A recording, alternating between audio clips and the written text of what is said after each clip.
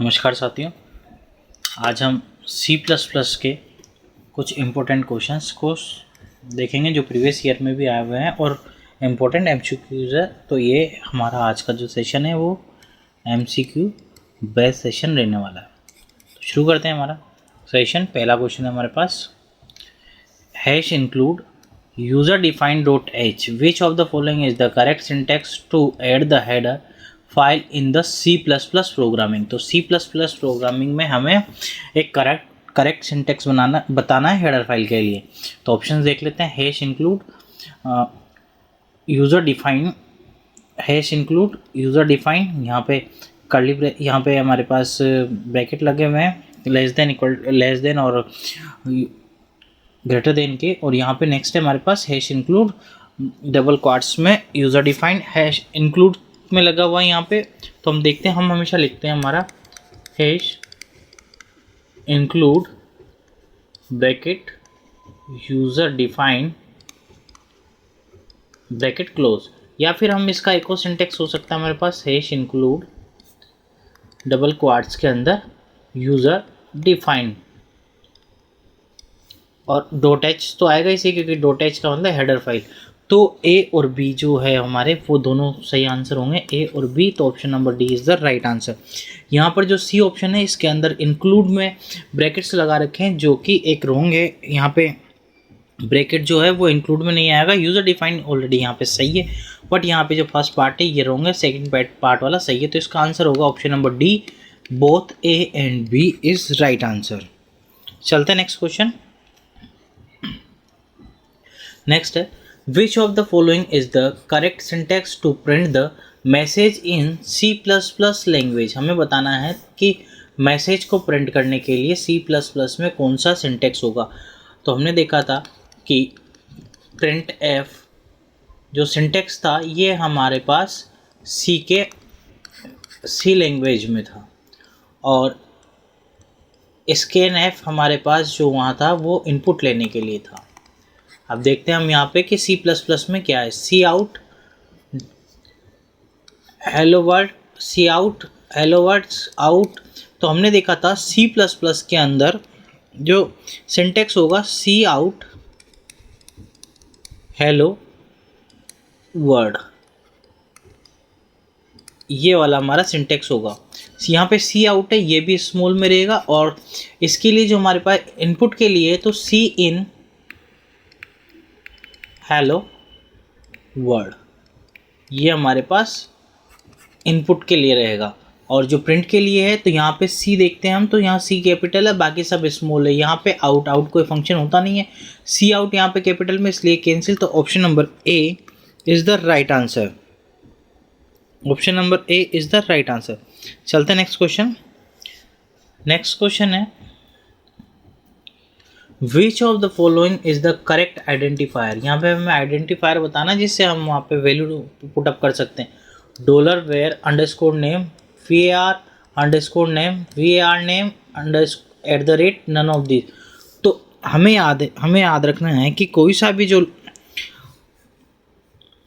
Variable हमने input के लिए करना है तो उसके लिए कुछ रूल्स, आइडेंटिफायर्स के लिए कुछ रूल्स होते हैं। उसमें upper case oblique lower case letter, digits, या फिर अंडरस्कोर,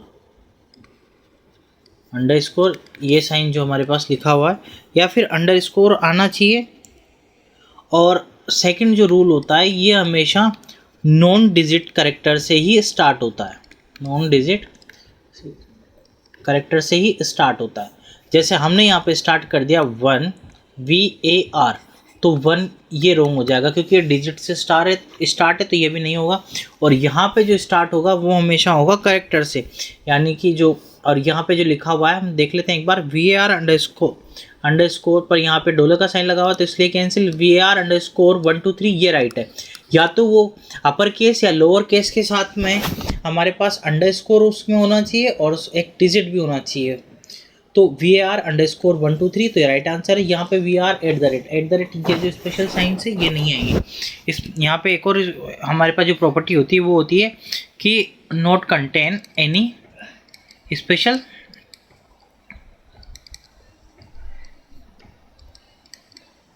कैरेक्टर लाइक डॉलर हो गया, @ हो गया, ये चीज़ें भी यहाँ पे इंक्लूड नहीं होगी। तो इसके लिए हमारे पास जो ऑप्शन नंबर बी है इज़ राइट आंसर, VAR_123। चलते हैं नेक्स्ट पे। नेक्स्ट है हमारे पास 4th number, which of the following the address operator. हमें बताना है यहाँ पे एड्रेस ऑपरेटर। तो ये जो एंड का जो साइन होता है, एंड का साइन, ये हमारे पास एड्रेस ऑपरेटर होता है। तो यहाँ पे देख लेते हैं, option number C is the right answer. ये हमारे पास हेडर में जो फाइल होती है उसको इंक्लूड कराने के लिए हैश इंक्लूड जो लिखते हैं हम उसके लिए, और %d कोई सी भी हमारे इंटीजर है या फिर कुछ को उसको डिफाइन करने के लिए। चलते हैं नेक्स्ट पे। नेक्स्ट है हमारे पास, which of the following features must be supported by any programming language to become a pure object programming language. यानी कि ये बताना चाह रहा है कि प्योर ओप्स जो होता है उसके लिए हमारे पास कौन कौन सी जो फीचर्स है वो होते हैं। तो इसमें हम देख लेते हैं कौन कौन से फीचर्स हमारे पास होने चाहिए। तो पहला देखते हैं हम, एनकैप्सुलेशन, इनहेरिटेंस, पॉलीमॉर्फिज्म। तो ये जो तीनों के तीनों जो केस फीचर्स है ये हमारे पास होने ज़रूरी है, इसलिए all of the above is the right answer.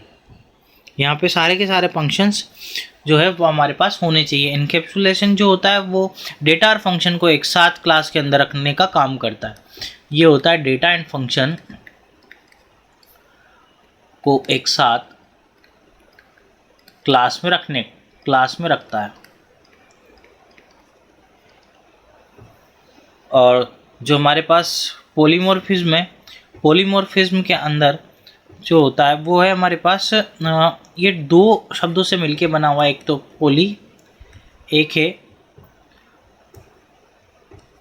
पोली, यानी कि इसका मतलब होता है मेनी, और मॉर्फिज्म का मतलब होता है हमारे पास फॉर्म्स। ये एक जो है ये ग्रीक वर्ड है, और इसका होता है बहुत सारे का होना, मतलब एक से ज़्यादा फॉर्म इसके होना है।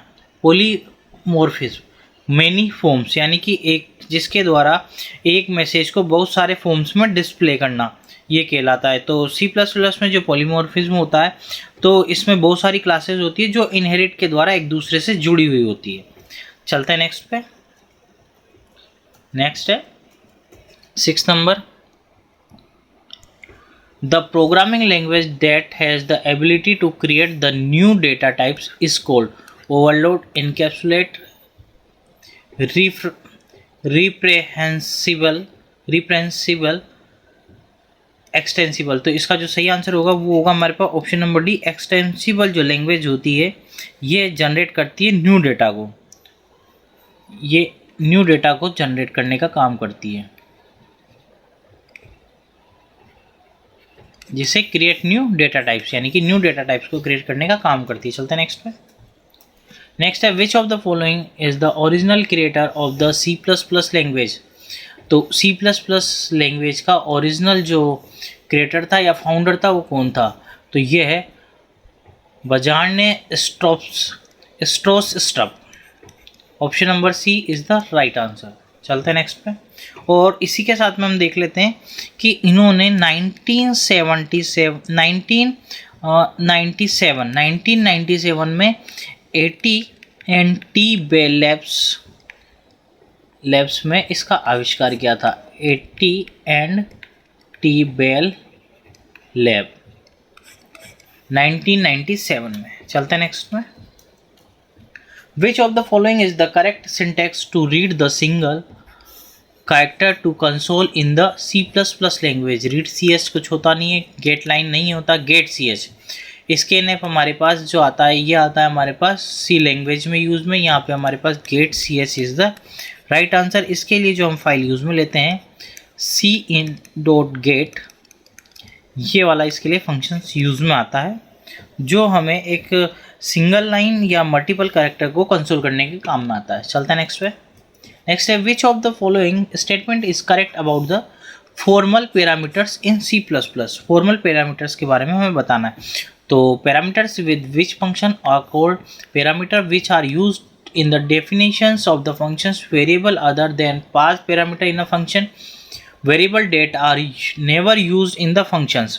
तो इसके लिए जो होगा हमारे पास वो होगा parameter with the functions which function are called, कि उसके लिए कौन सा फंक्शन कॉल किया गया है. चलते हैं नेक्स्ट पे. नेक्स्ट है the C++ language is object oriented language, pure object, not object oriented, semi object oriented और पार्शियल. तो इसका ऑप्शन नंबर सी ये सेमी ऑब्जेक्ट ओरिएंटेड और पार्शियल ऑब्जेक्ट ओरिएंटेड लैंग्वेज है. चलते हैं नेक्स्ट पे. Which of the following features is required to be supported by the programming language to become pure object oriented programming language? तो pure object oriented programming language के लिए उसमें क्या क्या फीचर्स होने जरूरी है. एनकैप्सुलेशन होना चाहिए, इनहेरिटेंस होना चाहिए, पॉलीमॉर्फिज्म होना चाहिए, यानी कि ऑल ऑफ द अबव जो है ये सारे फीचर्स इसके अंदर होना चाहिए, तब जा करके वो एक प्योर उप्स लैंग्वेज होगी. चलते हैं नेक्स्ट पे. नेक्स्ट है which of the following comment syntax is correct to create a single line comment in the C++ language. तो हमने देखा था उसके अंदर फॉरवर्ड स्लैश डबल और कमेंट्स जब हम लिखेंगे तो वो एक कमेंट्स की फॉर्म में आ जाएगा, जिससे हमारा कोड शो नहीं होगा और जो हमने कमेंट लिखा वो शो हो जाएगा. तो option number A is the right answer. और इसके लिए हम देख लेते हैं एक बार एग्जांपल किसको हमने int man void curly braces start this is single line comment. तो जब हमने इसमें डबल फॉरवर्ड स्लैश लगा दिया तो ये हमारे पास यहाँ पे हम प्रिंट एफ लिखेंगे वेलकम. तो इसके अंदर जो प्रिंट होगा ये होगा हमारे पास ओनली वेलकम. इसके सामने हमने फॉरवर्ड स्लैश लगाए हैं डबल, ये हमारे पास प्रिंट नहीं होगा, ये एक कमेंट के रूप में हो जाएगा. चलते हैं नेक्स्ट पे. नेक्स्ट है C++ is a type of language, high level language, low level, middle level. ये हमारे पास मिडिल लेवल लैंग्वेज है, इसे बोलते हैं हम high level language with low language feature, low level language feature. तो इसलिए ये हो जाती है हमारे पास मिडिल लेवल लैंग्वेज. सेम इसी पे ही मिडिल लेवल पे ही सी लैंग्वेज भी आधारित है. चलते हैं नेक्स्ट पे. For the inserting a new line in C++, which of the following statement can be used? Backward slash n क्या यूज में लेते हैं हम, तो option number A is the right answer. इससे हम नेक्स्ट लाइन पे चल जाते हैं. चलते हैं नेक्स्ट पे. नेक्स्ट है which one of the following represent the tabs. Tabs के लिए टी, तो backward slash T, option number B is the right answer. चलते हैं नेक्स्ट पे. जो टैब वाला है इसमें हमारे पास जैसे हमने यहाँ पे कुछ लिखा C++ और यहाँ पे हमारे जैसे टैब वाला ऑप्शन आएगा यहाँ पे स्पेस आ जाएगा, स्पेस, और यहाँ पे हमारे पास फिर लैंग्वेज आ जाएगी. तो ये थोड़ा सा स्पेस दे देता है एक टैब के बराबर. चलते हैं नेक्स्ट पे. नेक्स्ट है अब हम देखते हैं C++ पे एरे पे बेस. अभी तक हमने देखे थे वो जो क्वेश्चंस थे वो सारे के सारे हमारे पास C++ पे बेसिक क्वेश्चंस थे. अब हम देखेंगे C++ पे एरे बेस्ड क्वेश्चंस. इसके बाद में हम कुछ स्टैंडर्ड लेंगे. तो सबसे पहले हम शुरू करते हैं एरे बेस पे. तो पहला क्वेश्चन है हमारे पास which of the following refers to characteristics of an array. Array के लिए कैरेक्टरिस्टिक्स बतानी है. An array is a set of similar data items. An array is a set of distinct data items. An array can hold different types of data types. तो हम जानते हैं कि an array is a set of similar data items that are store in the contiguous memory blocks. तो similar data items का एक array वो set होता है अरे. तो option number A is the right answer. An array is a set of similar data items that are store. इसके आगे भी लिख लेते हैं हम that are store in the contiguous memory block.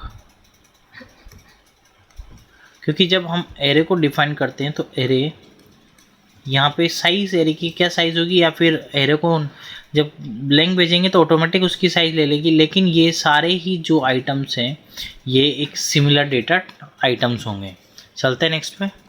Next है, if we store 5 elements row data items in an array, what will be the index address row the index number of the array's last data items? 3, 5, 4, 8, 88।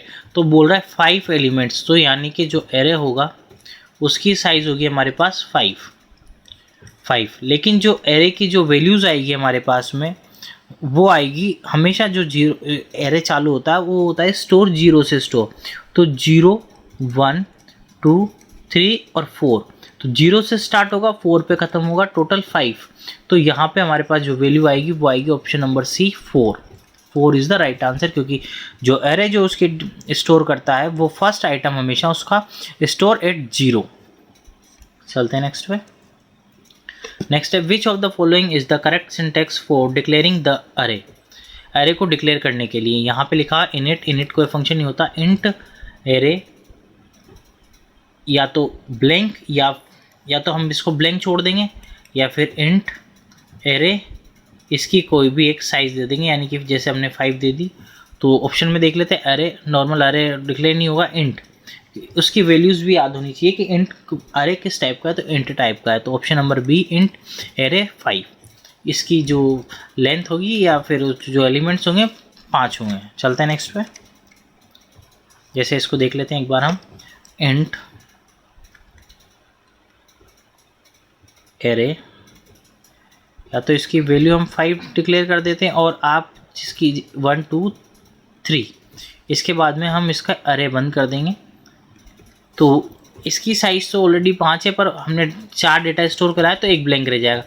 या फिर हम जैसे int array ये blank, तो इसके अनुसार ये 11, 12, 13 ये अपने हिसाब से वैल्यूज स्टोर कर लेगा और उतनी स्पेस उसको दे देगा। चलते हैं नेक्स्ट पे। नेक्स्ट है, which of the following is the correct syntax for printing the address of the first element. First element का एड्रेस हमें बताना है, तो हमने अभी देखा था कि जो एरे चालू होता है वो होता है हमारे पास फर्स्ट वैल्यू जो होती है उसकी 0। तो यहाँ पे हमसे फर्स्ट एलिमेंट पूछा है, तो फर्स्ट एलिमेंट होगा array 0। Option number A is the right answer. चलते हैं नेक्स्ट पे।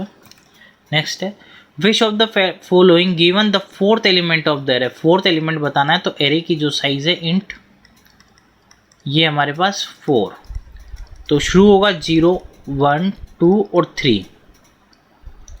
तो एरे जो 4 के जो एलिमेंट होगा वो होगा हमारे पास एरे 3, क्योंकि 0 फर्स्ट एलिमेंट, 2, 1, 2 है दूसरा एलिमेंट, 2 तीसरा एलिमेंट, 3 फोर्थ एलिमेंट। तो option number C is the right answer. चलते हैं नेक्स्ट पे। नेक्स्ट है, what is the output of the given program, include stdio.h using namespace standard integer main int array 10, 20, 30 C out -2 अरे return 0। तो यहाँ पे जब हम इसको सोल्व करेंगे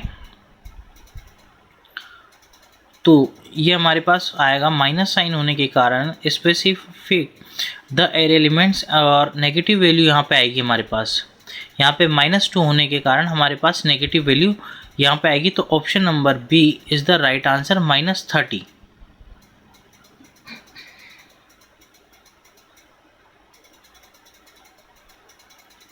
-30। चलते हैं नेक्स्ट पे। Which type of memory is use by the array in the C++ programming language. तो वो होती है कॉन्टिग्यूअस। अभी हमने फर्स्ट क्वेश्चन देखा था, उसके अंदर उसमें लिखा हुआ था कि the memory use by an array is usually contiguous, which means when an array is declared or initialized in the program of a block, memory is selected from the memory space immediately. यानी कि जो भी memory होगी वो array automatic, अगर blank दिया है तो ऑटोमेटिक ले लेगा, या फिर अगर आपने उसको कोई इनिशियलाइज की है तो वो मेमोरी उसके लिए अलोकेट हो जाएगी। चलते हैं नेक्स्ट पे।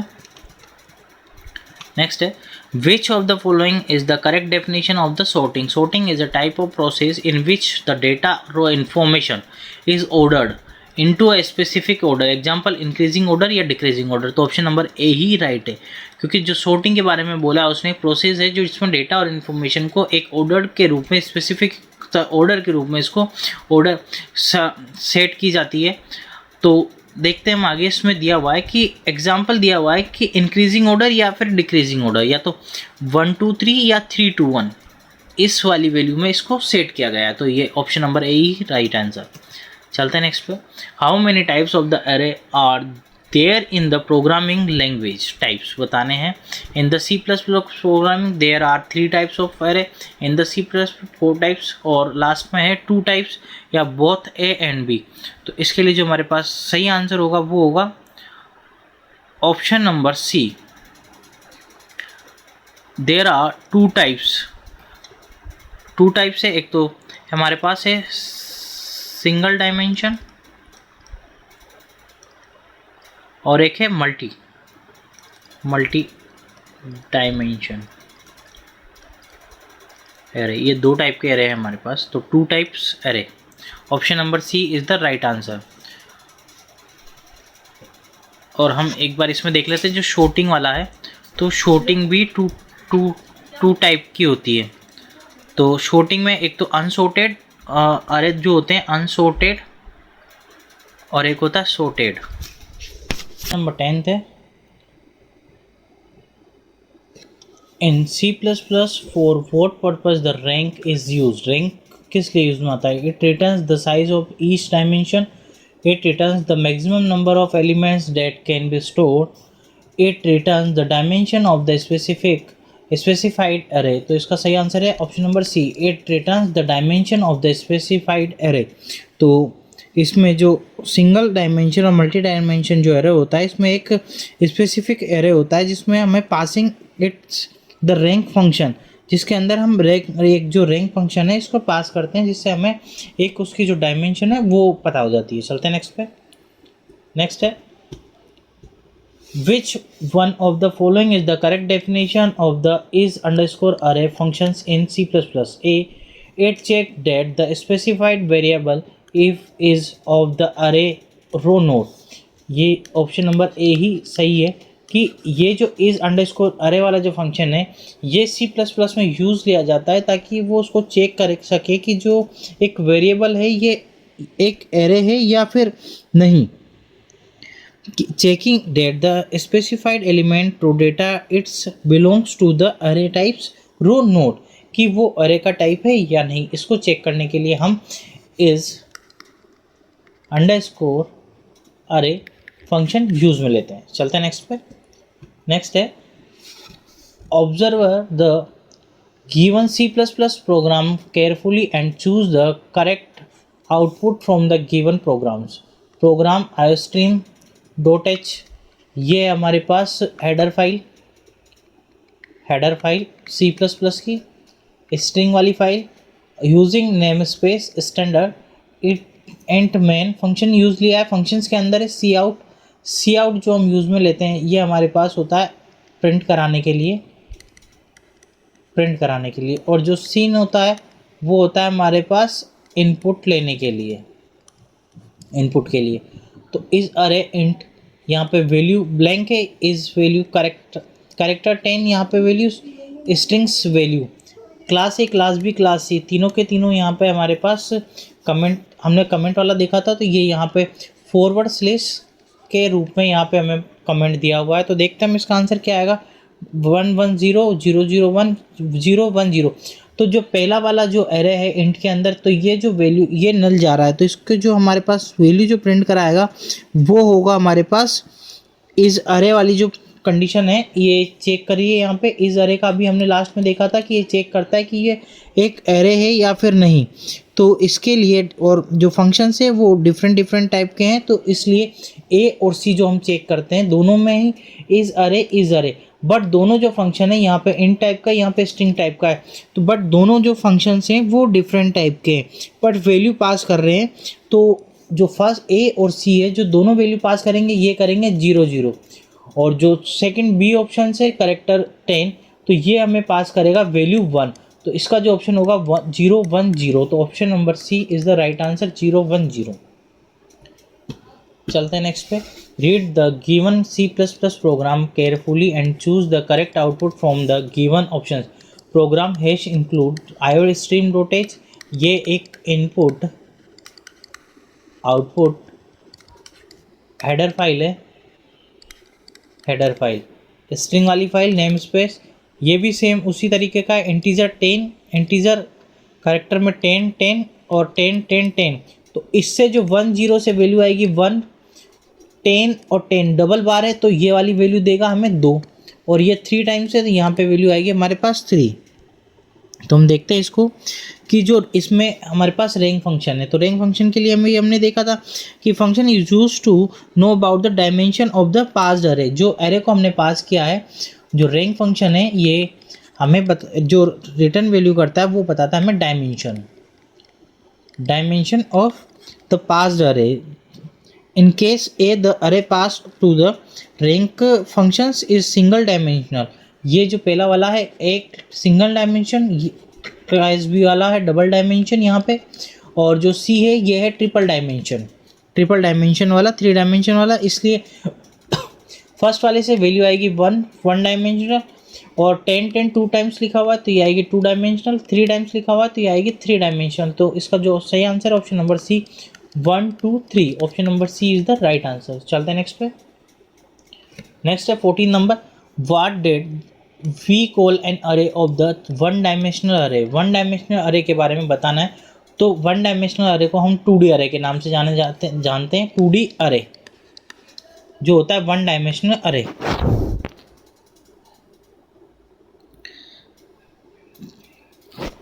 और ये एक लीनियर एरे भी बोलते हैं। चलते हैं नेक्स्ट पे। नेक्स्ट है which type of array are always considered as linear array. अभी हमने लास्ट वाला जो क्वेश्चन देखा था उसमें हमने बता दिया था कि जो सिंगल डायमेंशनल जो अरे होता है, यहाँ पे एल आएगा, सिंगल डायमेंशनल अरे, यही हमारे पास लीनियर एरे भी होता है, इसे लीनियर अरे भी बोलते हैं। चलते हैं नेक्स्ट पे। नेक्स्ट है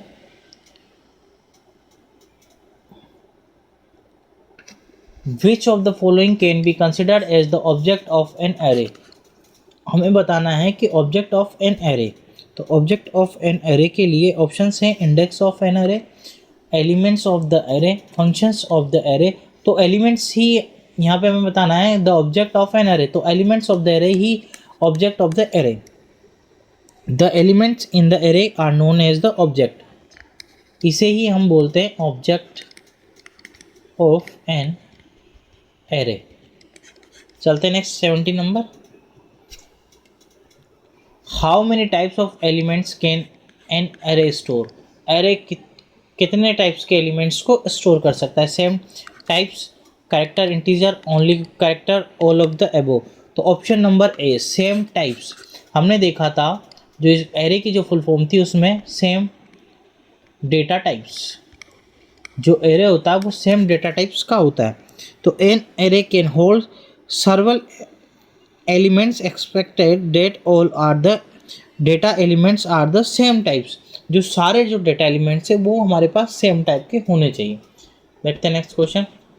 नेक्स्ट है हमारे पास elements of a 1 dimensional array are numbered as 0 1 2 3 4 5 and so on. These numbers are known as, तो 0 1 2 3 4 5 ये जो नंबर्स है इसे हम क्या बोलते हैं, तो ये सबस्क्रिप्ट और मेंबर्स, ये सबस्क्रिप्ट और मेंबर दोनों ही फंक्शन, दोनों ही एरे के होते हैं। और सॉरी बी नहीं, इंडेक्स वैल्यू हो गई, सबस्क्रिप्ट और इंडेक्स, बी ऑप्शन नहीं होगा, ए और सी दोनों ही राइट होंगे। यहाँ पे इसको जो नंबर से इसे हम इंडेक्स वैल्यू या सबस्क्रिप्ट ऑफ द एरे भी बोल सकते हैं। जो नंबर से इनको subscript of array, row, index values भी हम बोल सकते हैं। तो हम आज हमारा सेशन यहीं पर समाप्त करते हैं। हम जो अब नेक्स्ट सेशन लेंगे उसके अंदर हम जो उप्स कॉन्सेप्ट से C++ के वो वाला हम देखेंगे नेक्स्ट वाले वीडियोस में। उप्स कॉन्सेप्ट के जो वीडियो रहेंगे C++ में उसके बारे में हम चर्चा करेंगे। तो आज का सेशन हम यहीं समाप्त करते हैं। धन्यवाद।